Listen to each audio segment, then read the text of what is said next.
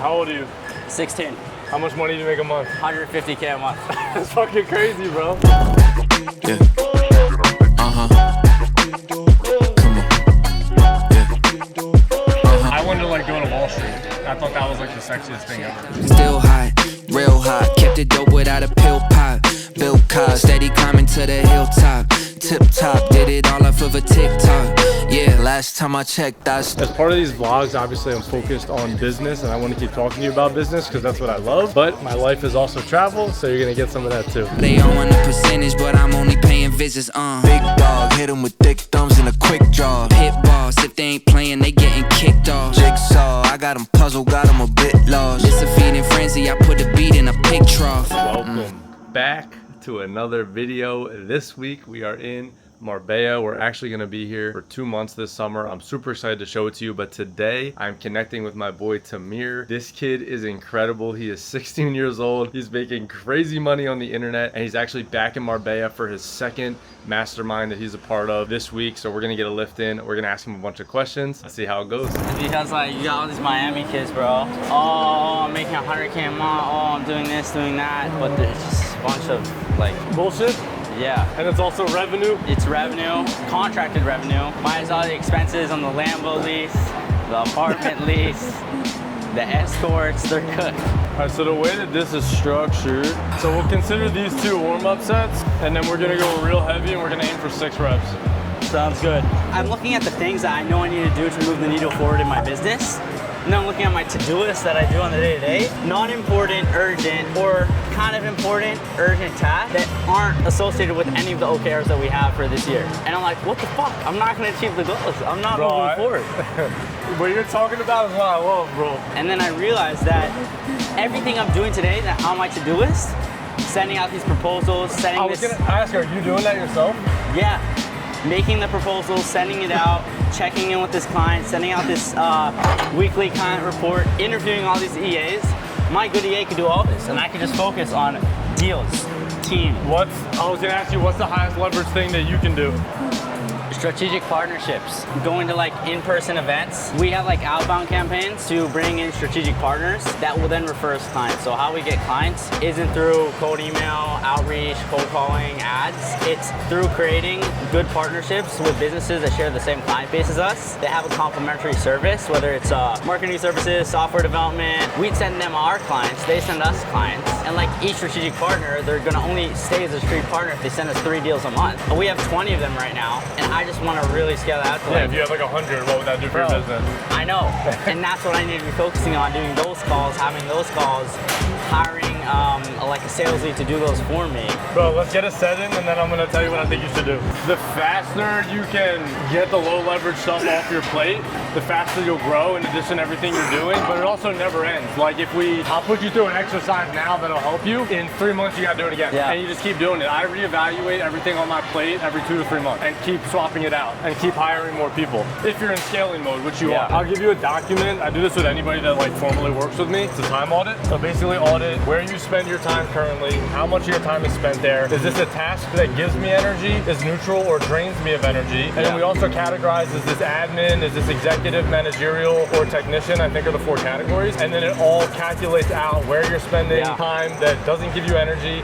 where you're spending time on admin tasks, and that's basically the basis for what you need to then delegate. What I realized when I reflect is I just built a leverage vehicle around that zone of genius for myself. So when I started in sales, that was what I was doing all day. That was my zone of genius. And then how can I get more leverage? I started doing the sales coaching. Still coaching sales, doing sales, but now just being able to charge whatever I want, having my own business, and we scaled that to like 82K a month. And then now I'm like, okay, same skill set, just sales. Let me just now do sales for multi-6-figure deals. Same skill set, just every time a higher leverage vehicle. So how can I create as much leverage as possible around that zone of genius, which is just sales? It is genius that you're thinking that way. And just how do I cut out everything else to people that are smarter than me, you know?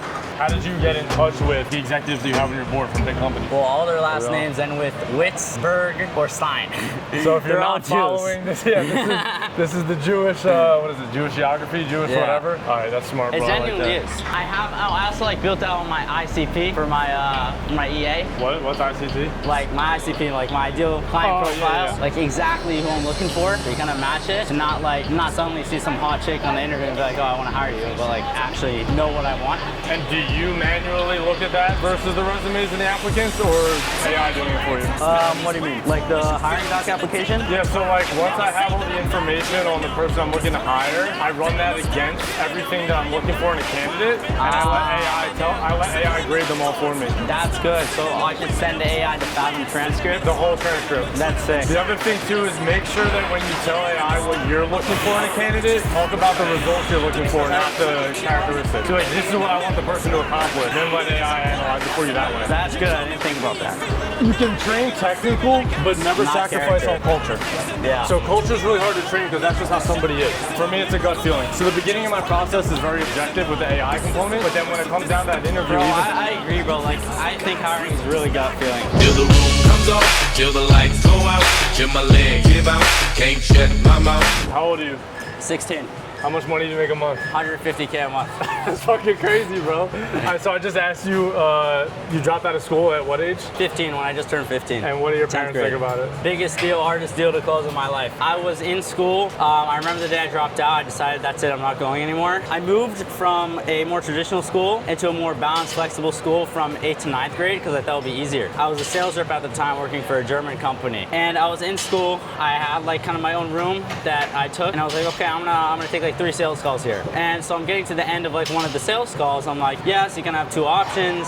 You either go with the 4,600 one time or the split pay of 3K. A teacher walks in, post price drop. What are you doing here, Mato? In Hebrew, Mato sepo, yalate, whoa, you get out, you can't be doing this. I reserved this room. And I was like, oh fuck, I just lost my 600 euro commission. Fuck this, bro. And then I just basically went out. That deal completely flopped, obviously. I didn't get my commission. I was like, I just can't be doing this anymore. I can't be in a every day for 8 hours with all these lazy kids not doing anything while I want to build. I thought I could balance it, but I just obviously couldn't. So then I dropped out. I was still in sales, quit my sales job. After that, started the coaching business, started doing enterprise deals. And What'd your parents say about here we dropping are. out? I kind of was planting the seeds since like 14, since when I started like day trading in business. And their main concern, because they know I'm an autodidact, they know that I could learn whatever I want. Like I self-taught myself everything through YouTube, mentors, etc. So they weren't really worried about that part. The main thing they were worried about was the friendships and like the relations, the social side of things. Now, the social side of things in school, obviously it's bigger, but it's not better because it's a bunch of shitty people. I literally I built my own social life. Bro, you're here going to a here. mastermind with other entrepreneurs. Yeah, and then like a couple months ago, I hosted my mastermind with 20 of my friends and clients. Like you could build your own social life. Bro, you're a fucking legend. You're the legend. bro. Legend, bro. We are in the prestigious Puente Romano. I absolutely love it here. You like coming here? Love it. It is super luxury. We're actually standing in front of the Nobu Hotel. I'm gonna meet with Tamir and a couple of his buddies. I think one of them's his business partner. Get some lunch, but we're gonna get you some B-roll of Puente Romano because it is chef's kiss.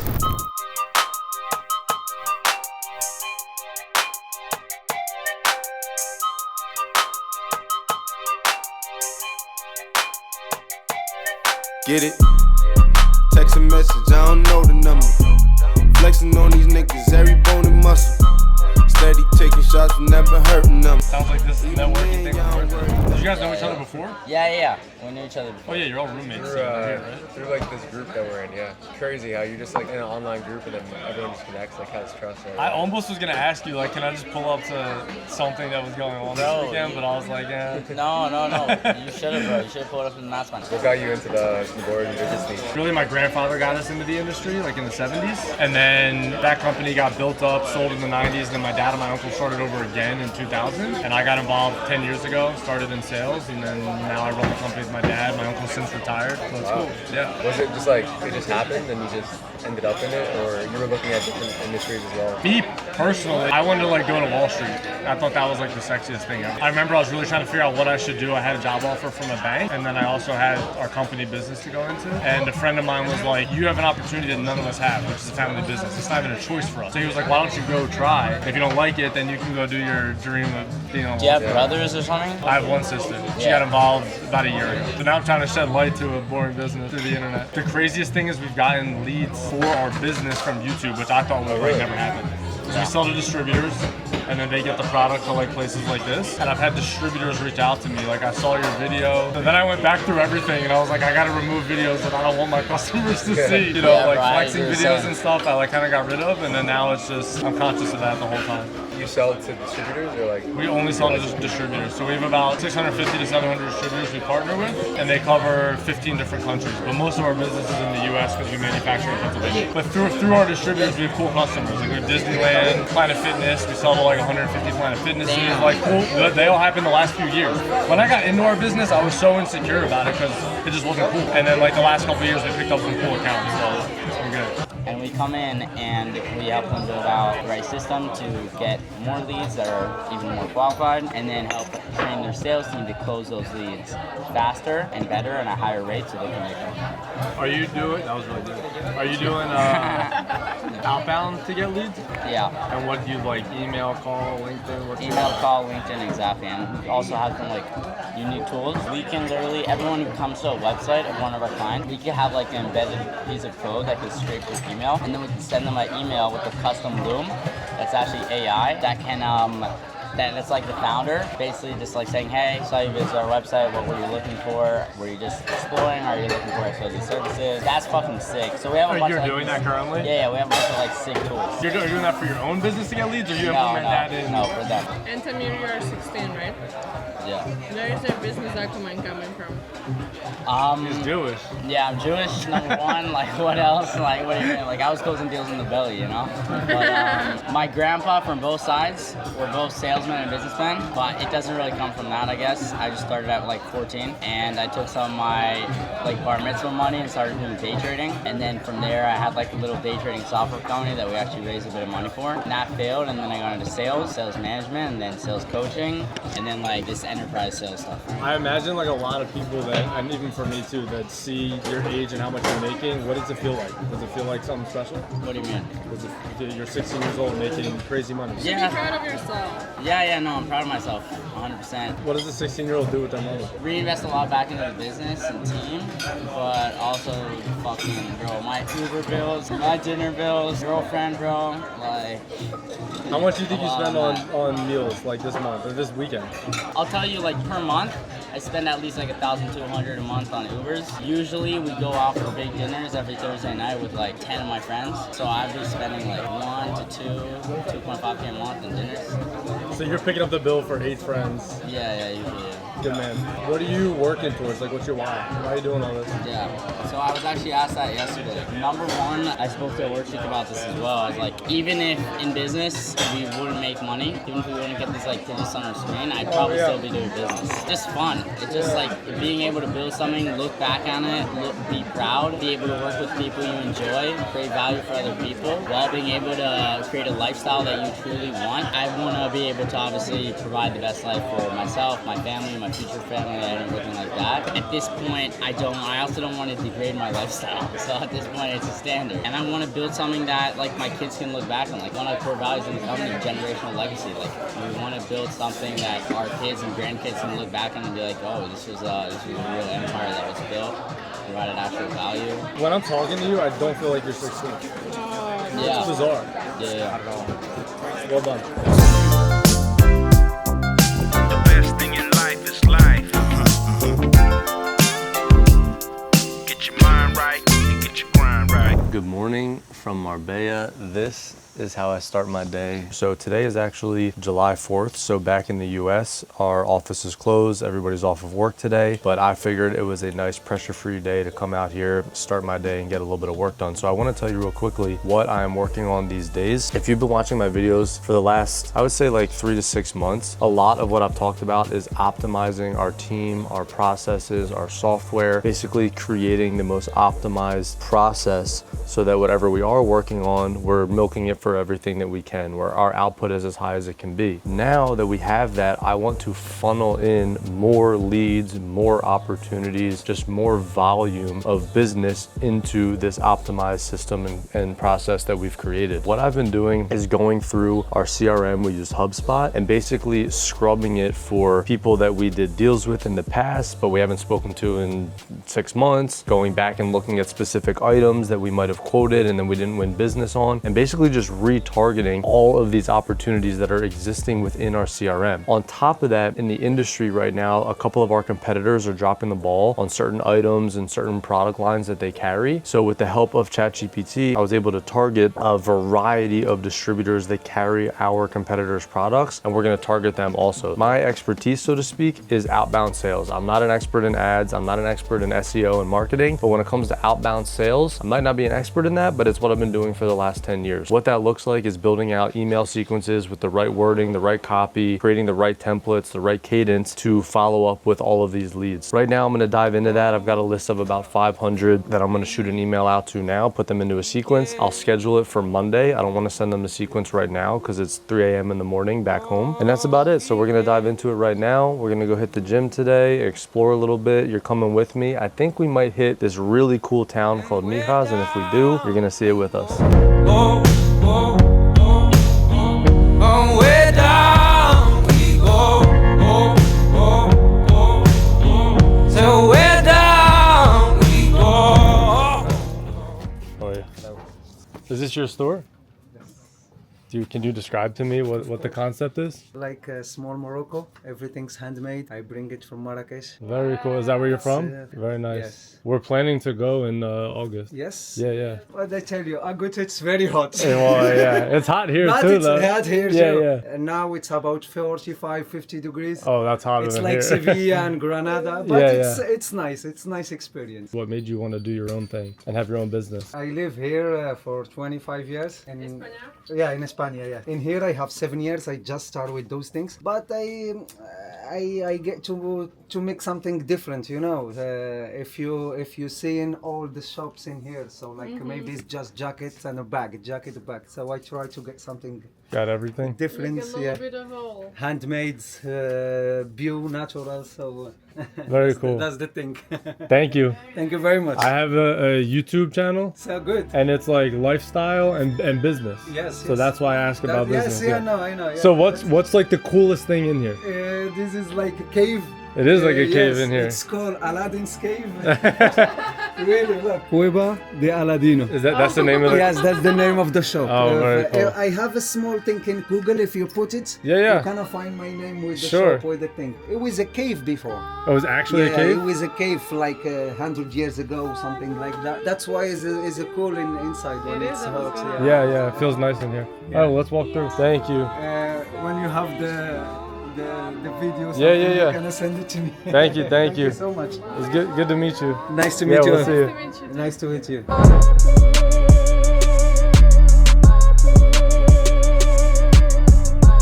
So we are in this little town called Mijas. As you can see, it's very cute. It's basically up in the hills, kind of on the cliffside of the mountain here, 30 minutes north of Marbella. It's known for these white walls, and we're gonna drive through an area on the way out that I'll take a video of to show you. They also have these donkey rides. I forget what the history is relating to donkeys, but they used to use them to transport and to travel. That's one of the attractions you can do here. But other than that, it is super cool with just a lot of restaurants, cafes, small stores, boutiques, really cool stuff. As part of these vlogs, obviously I'm focused on business, and I want to keep talking to you about business because that's what I love. But my life is also travel, so you're gonna get some of that too.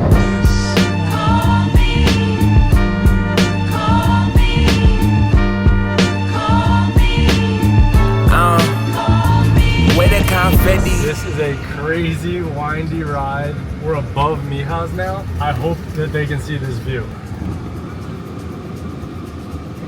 Beautiful. This is crazy. All right, we're in the next town. This one is called Ojen, O-J-E-N. I don't know if I'm pronouncing that correctly. This huge piece of mountain right here apparently has a cave in it. And here is the entrance. You go first, honey. Oh my goodness. Is this safe? Is this the whole thing? Yeah, it seems like. What is this? You're supposed to have a conversation here? Talk about life. I was expecting much more. I'd rather have you loving me every day. And what it's supposed to. I'm keeping the camera low because I don't want to be disrespectful, but I think the little area we just landed in is completely local. It looks like we're next to a church. There might have been a funeral going on here. It looks like, but it also might be just a church. We are for sure the only tourists in this whole place. Here's the church. It's just like so local and looks like something out of a movie, honestly. This is the town that we were just in. So cool. You can literally see the entire thing. We were smack in the middle, right at the church. This is where we were. That is the whole town. And that is the real town. My intuition is telling me there'll be better days.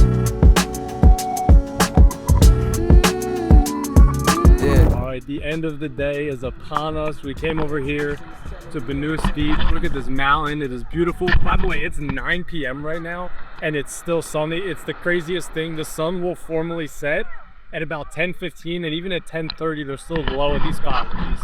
Just bizarre to me. We have to fully close our windows and the shades to make it seem like it's nighttime. But anyway, today was super successful. We visited a handful of places, which you saw. And then as far as work went, I got a bunch of companies prospected. We even got responses today on July 4th, which I thought was the craziest thing. I was not expecting that. And a couple of opportunities came from it. At this point, all we can do is relax, enjoy ourselves, hang out here for a bit. We'll see you tomorrow. The adventure continues. Tell me how to be real for real.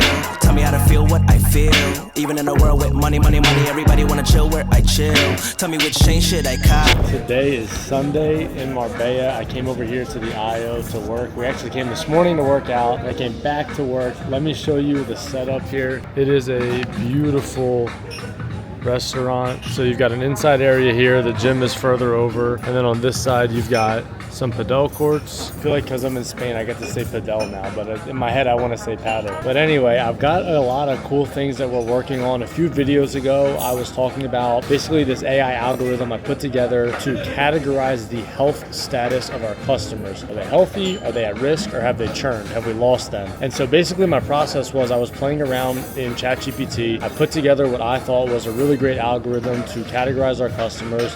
And then I sent it off to my team about 3 weeks ago, and I said, I would love for this to be in HubSpot. We have our ERP system connected with HubSpot so that any invoicing associated with our customers comes through. We can see if they're ordering, if they're not ordering. Anyway, today I got the first draft of it. It is pretty cool. I can basically see every company in our HubSpot that we currently sell and their health status. That's the first part that's cool, but the really cool thing is that now that I have that, there's a variety of automation and triggers and workflows that we can now use. So as an example, when somebody hits the churned category, meaning we lost them, that could trigger a whole email sequence with calls, texts, whatever, that we can re-engage those customers and try to get it back. If somebody hits the at-risk category, maybe it alerts the sales rep to say, hey, go look at what's off pattern and then attack it, this way or this way. And then the last one is that if they're healthy and they're not off pattern, let's look at when are they due for an order and then let's reach out to them ahead of time. The point of all this is to say, because of AI and because of really good data, we're able to put together cool systems that I think are going to have a big impact on our retention of our customers, on our retargeting and basically covered business,